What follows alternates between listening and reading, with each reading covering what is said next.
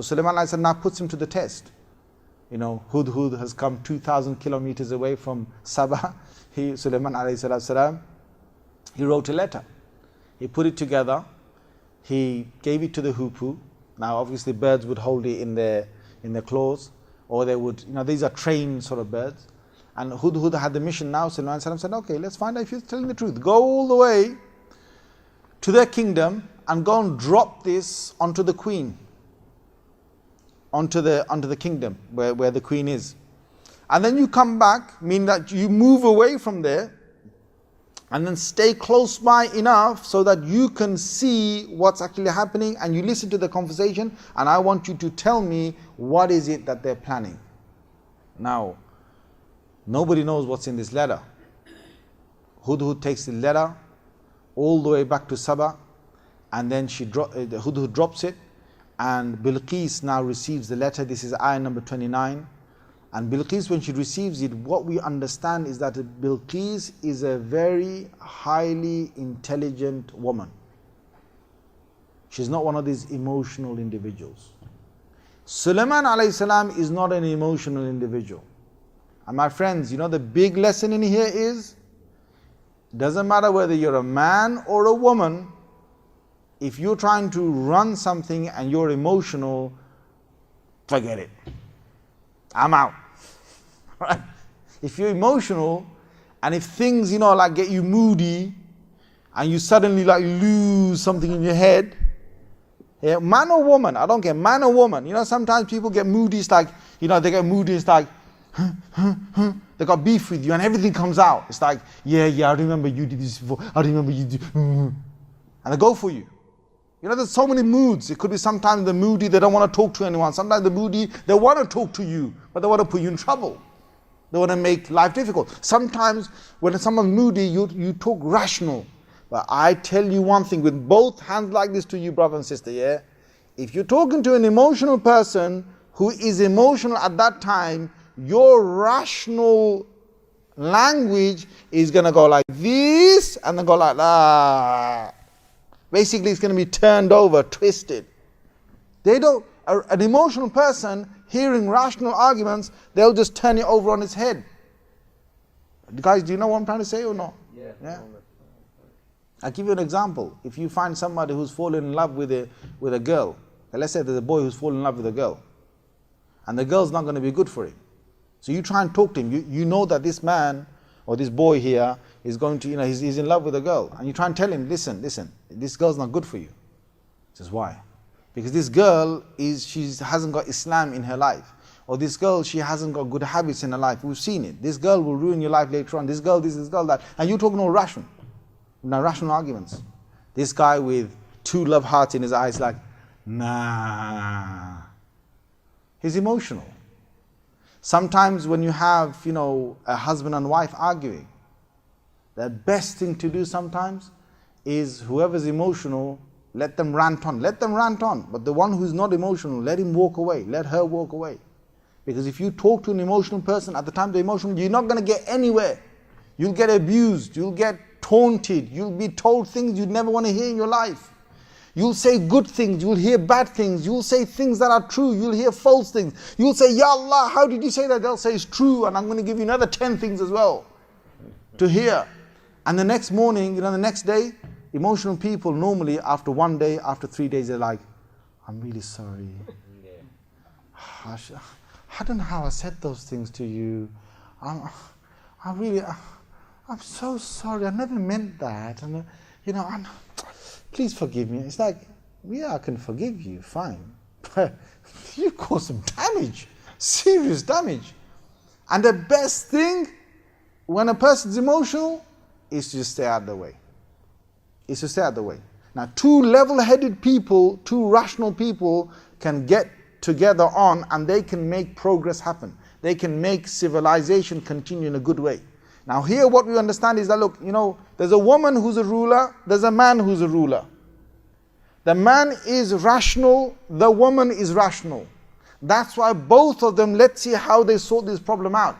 Because the man, Sulaiman alayhi salam, sees the woman as a threat, sees Bilqis as a threat. If Bilqis doesn't give in to me, then I think that one day she might invade my country, or my kingdom with her army. And Bilqis, if she thinks the same thing, there's going to be a fight, there's going to be war here.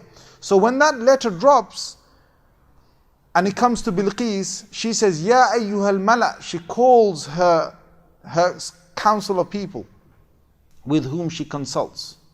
She says, Inni ulqiya ilayya kitab. A letter has been dropped onto me. She says not just a letter, she says a noble letter, a really good letter. Now subhanAllah, she is a person who didn't react with emotions. She could have said, what's this? A letter to me. I'm Queen of Sheeba. I rule. There's trouble. There's trouble straight away if a person starts to react like that. She said it's a noble, it's a good letter. Why did she say good? Why did she say it's a noble letter?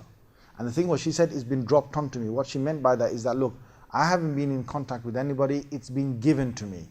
So don't think that I've been in contact with another king out there and I'm bringing you some news. No, this thing has fallen onto me and I need to consult you. She said, ayah number 30, she says, Innahu min Sulaiman. It's from King Solomon. Now they knew who King Solomon was. They knew Sulaiman alayhi salam, who he was. Okay? So because they're a little kingdom, Sulaiman alayhi salam has the greater kingdom. So normally the smaller ones always hear about the bigger ones. The bigger ones might not always know who the smaller ones are. So they knew who Sulaiman alayhi salam was, and she said, well, it's from Solomon, King Solomon. Wa innahu bismillahir rahmanir rahim. But instead of Solomon, this was the outstanding thing. This was what made you think that Sulaiman alayhi salam is, or Solomon, King Solomon, let's just refer, I'm only saying King Solomon now because I'm trying to give you the understanding of Bilqis, who's not a Muslim at this moment. So King Solomon, who sent me this letter, he's not sent me this letter because he had some selfish gains to achieve. He does not want to overpower me and my kingdom for his selfish gains. No. He should have started this letter to say, like any king or any queen that writes it, especially in that time, they would say, from King Solomon to Queen Sheeba. That's how the letter would normally start. And that was a practice of the time. Even in Rasulullah sallallahu alaihi wasallam's time, he wrote letters and he said, Min Muhammad. And he wrote his name, Min Muhammad, ila, Sultan, or ila Azim Rum, to the great, to the, what do they call it, the Azim Rum, Caesar, yes, sorry, emperor, to the Roman emperor. Okay, to the Roman emperor. This was a letter we've got in Sahih Bukhari that the Prophet ﷺ wrote. So that was the norm. Now this letter was different. Why? Because this letter said, Bismillahir Rahmanir Rahim. This letter comes to you in the name of Allah, not in the name of Sulaiman, not in the name of King Solomon, not in the name of a king of the earth. This letter I send you in the name of the king of all kings, Allah, who is the Rahman, most merciful. And he uses the word Rahman to show that because of Allah, who is the Rahman, I, the King Solomon on the ground, will have mercy on you. If you do what I tell you, I'm not here to fight you. This was do you see what I'm trying to say? It starts with Allah's name to show that, look, I'm not selfish. Second thing it shows is that it's from Allah, meaning that I am only a king on this earth because of Allah. It's not because of myself. Third thing is that Allah's name, I could have taken so many. I could have said Bismillahil Qahhar Al-Jabbar. I could have said in the name of Allah, who's the subduer, who puts tyrants in their places. I could have used those names, but I didn't. I used Rahman and Rahim, the most merciful, the most kind. Why? To show that Allah has mercy, and because I'm under Him, I will have mercy too. And the simple message was in ayah number 31, Allah ta'alu alayya wa'tuni muslimin. Don't try and become people who want to overpower me. Don't try and show your powers against me. Don't do that. But just come to me as people who've just accepted my authority and become part of my kingdom. So don't try anything. Don't try any games. Don't try and fight me. All I want you to do is come under my power. Now, Bilqis received this letter and she thought, you know what? It's from a king, King Solomon, who's the King Solomon the Great. He's trying to ask us, he'll be good to us if only we just submit. But Bilqis, if she now starts, we learn a beautiful thing here, is that if Bilqis, she's the queen, she can make a decision. And she's the sole queen. And she can say, look, I make a decision, tomorrow we're going all of us to Sulaiman Alayhi's kingdom, and we will basically tell him that we're under him. She could have done that, but she didn't. We learn another lesson, which is, it's very good to always consult, even the people who are under you. So if you're a father of the family, if you're a mother of the family, please consult your young ones. Even if it's something that you don't need their opinion on much, but just consult them, just to make them feel that yes, they've been consulted. And you never know, just like Sulaiman alayhi salam surprised that Dawood alayhi salam, yes or no? Yes. On a few occasions, you never know, your young ones might surprise you with some ideas that they come with. If you're going to do something in the family, the husband should consult the wife. It's always good to do this. There's a very good relationship in consultation. If you're an employer and you consult your employees, there's a very good mahabba and love and cooperation, like cooperating with one another, that works very well. Where you have a boss that doesn't listen to his employees, you usually get trouble. Where you have a father or mother or someone who's in authority, someone who says, I don't care what you say, you just do what I say, you usually get trouble. Okay? Usually when we talk to each other and we consult, there's a lot of good things. So Bilqis, what does she do? She consults. She says, Ya ayyuhal mala, O my council, aftuni fi amri. Tell me, give me your verdicts about this matter. Ma kuntu qati'atan amran hatta tashhadun. I'm not going to make a decisive, an absolute determined decision until you all witness or give your verdicts and what you think, your opinions. I want to hear those first. Okay, this is ayah number 32. So her, soldiers, her army, the people who are in the, not the soldier army at that time, sorry. They had obviously soldiers, they had their armies, but the representatives of those were inside that council. Like the general of the army or the general of, the minister or something, they were all there. So they said, نَحْنُ أُولُو قُوَّةٍ وَأُولُو بَأْسٍ شَدِيدٍ. Their opinion was, Bilqis, we have fought before and we are very good at fighting and we have great power and we have proven, we've got a proven history of how we have taken on armies. وَالْأَمْرُ إِلَيْكَ, but we leave it to you. فَانْظُرِي مَاذَا تَأْمُرِينَ, do what you like. Now they were also very good, because it's like, okay, we can fight, we're ready to fight, just tell us to fight, we'll fight. But we'll leave it to you. What is it that you want us to do? Because they know that this woman is a level-headed woman. She's not an emotional woman. And these are the best people you can have in power. Now what she does is, she then speaks, ayah number 34. She says, إِنَّ الْمُلُوكِ إِذَا دَخَلُوا قَرْيَةً أَفْسَدُوهَا. When kings enter a city, meaning they come in to take over a city, when kings do that, they usually corrupt the entire city. They'll destroy the city. If we go to war right now, Sulaiman alayhi salam will come here, maybe you can win.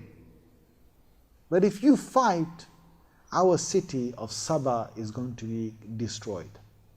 Yes or no? With war, it will be destroyed. Many lives will be lost. Many monuments that we've got will be destroyed. وَجَعَلُوا أَعِزَّةَ أَهْلِهَا أَذِلَّةً. Now this is now political science that we're studying.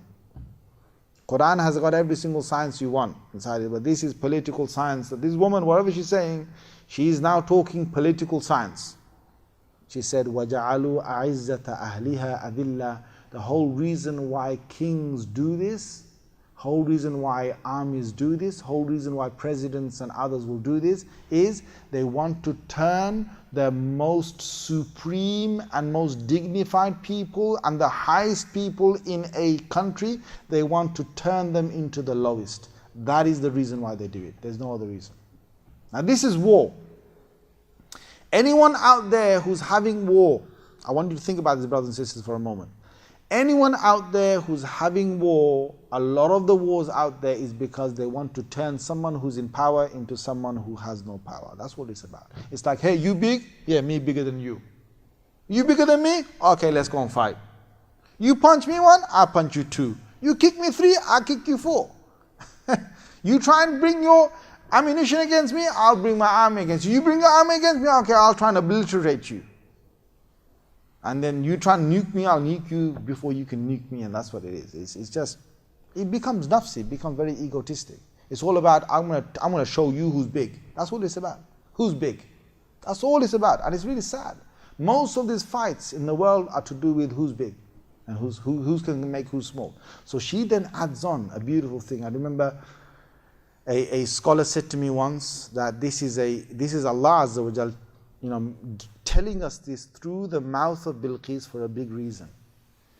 Right at the end of this verse, ayah number 34 of surah number 27, she could have just stopped there. Allah could have stopped quoting her at adillah. قالت إن الملوك إذا دخلوا قرية أفسدوها وَجَعَلُوا أَعِزَّةَ أَهْلِهَا أَذِلَّةً. And Allah could have carried on saying, وَإِنِّي مُرْسِلَةٌ إِلَيْهِمْ بِهَدِيَّةٍ فَنَاظِرَةٌ بِمَا يَرْجِعُ الْمُرْسَلُونَ. She could have just carried on. But no, Allah added a statement of Bilqis here, وَكَذَلِكَ يَفْعَلُونَ. Like that, they'll carry on doing. You know what that means? Bilqis said, until the day of judgment, or until time will go on, kings will always do this. They'll destroy cities, they'll destroy people just to show who's big.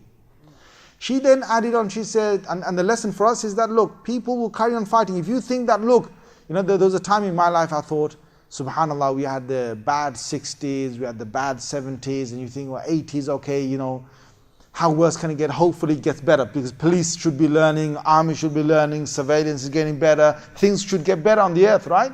No, they don't. No, they don't. And I used to get frustrated. I used to think, man, we're now living in the 90s. I'm thinking, it should get better. But still, crimes are happening. Crimes are happening to another level. And then you get to the noughties, you think, they should stop, but they don't stop. Now I'm convinced what she said, Bilqis said, is the thing that people will carry on doing this. But just because people do it, you shouldn't make your world miserable. You should just carry on doing the best you can do and try and be the better of the two people that might be fighting. She then says, وَإِنِّي مُرْسِلَةٌ إِلَيْهِمْ بِهَدِيَّةٍ. She called some of her accounts. She said, I'm going to call some of you, appoint some of you to take a really good gift to Sulaiman alayhi salam. You will travel from here all the way to Jerusalem, and you will personally hand it over to Sulaiman, and then I want to know what he does in return. Okay? Now this woman is clever, this woman is intelligent. You know what this teaches us is, if you can't beat someone and you're fearing that you might get beaten, the best thing to do is what? Bribe them. Not bribe, I wouldn't use the word bribe. Making them ally. Neutralize it. Neutralize them. Okay? Just make it neutral. Make it even. If they want to get one over you, you think, I can't get one over them, but I'm probably going to be beaten. The best thing to do is to make it level. This woman is very clever. The woman is very clever. So what she does is she sends a good gift, a really nice gift that if a king was to receive it, would say, whoa, that's nice. So what does a gift tell you? If a gift comes to a king, first it tells you that these people don't want to fight. There's friendship, they're offering friendship to me.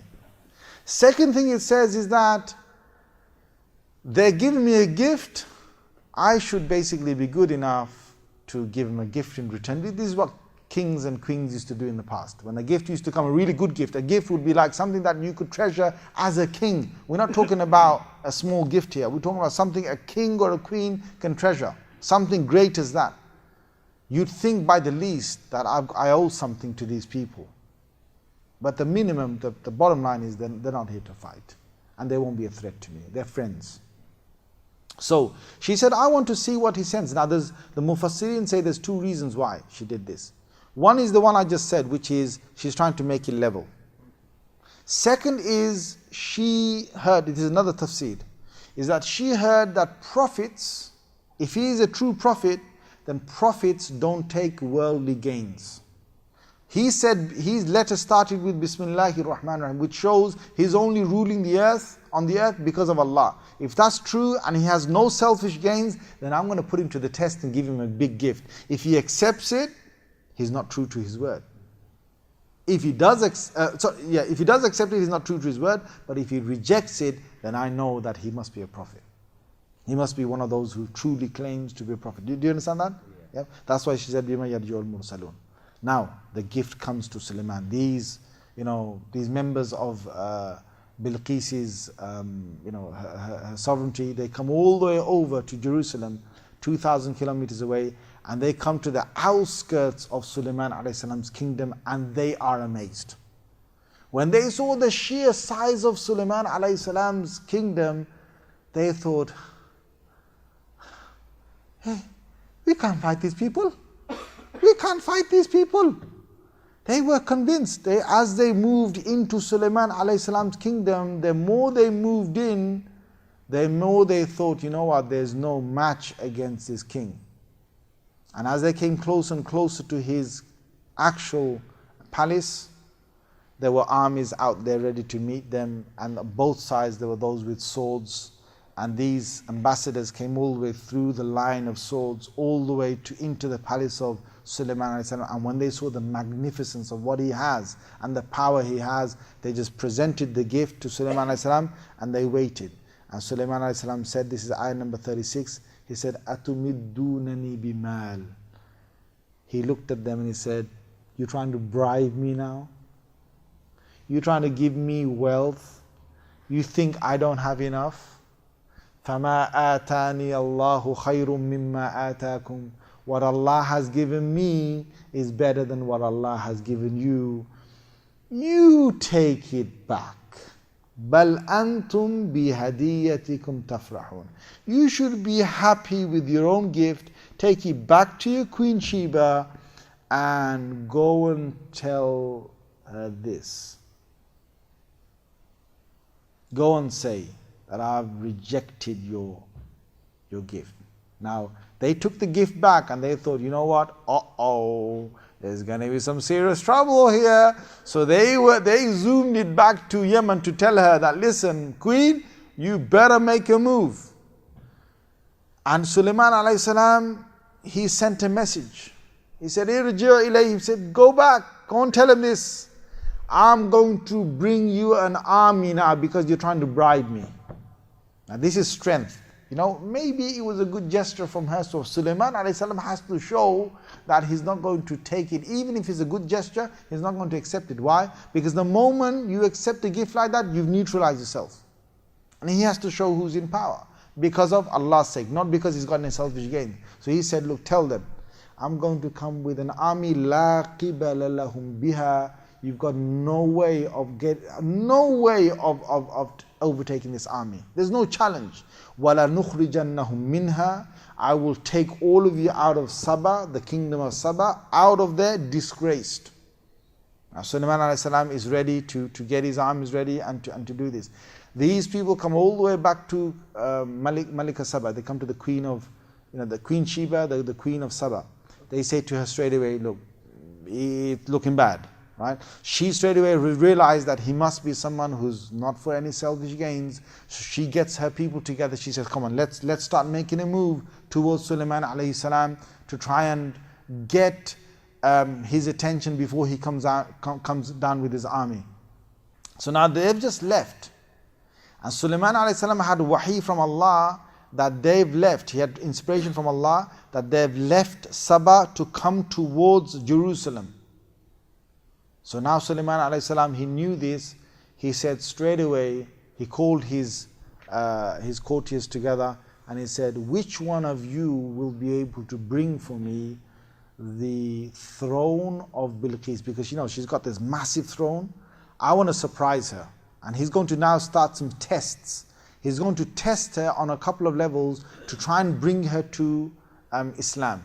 Now, what he does is something magnificent, and inshallah, next episode, inshallah, we'll talk about this, and hopefully we can finish off the story as well. What he does is something really significant, because he shows us that with an intelligent person, you have to give intelligent da'wah. You can't give the same da'wah to every person. With an intelligent person, there's intelligent da'wah. So he's going to prepare now some ways of making her believe in Allah Azza wa Jal. Okay? Inshallah, jazakumullah khair. Wa akhir da'wana alhamdulillah rabbil alameen.